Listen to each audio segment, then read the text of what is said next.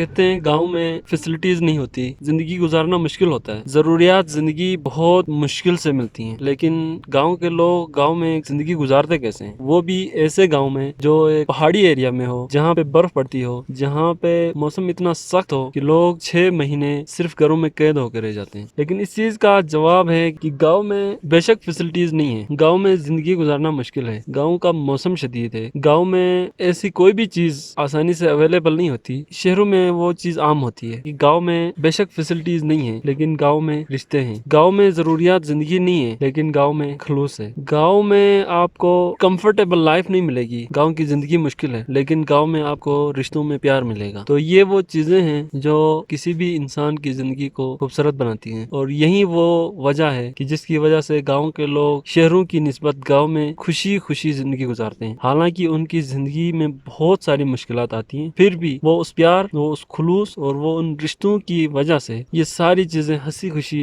हंसते हंसते बर्दाश्त कर लेते हैं।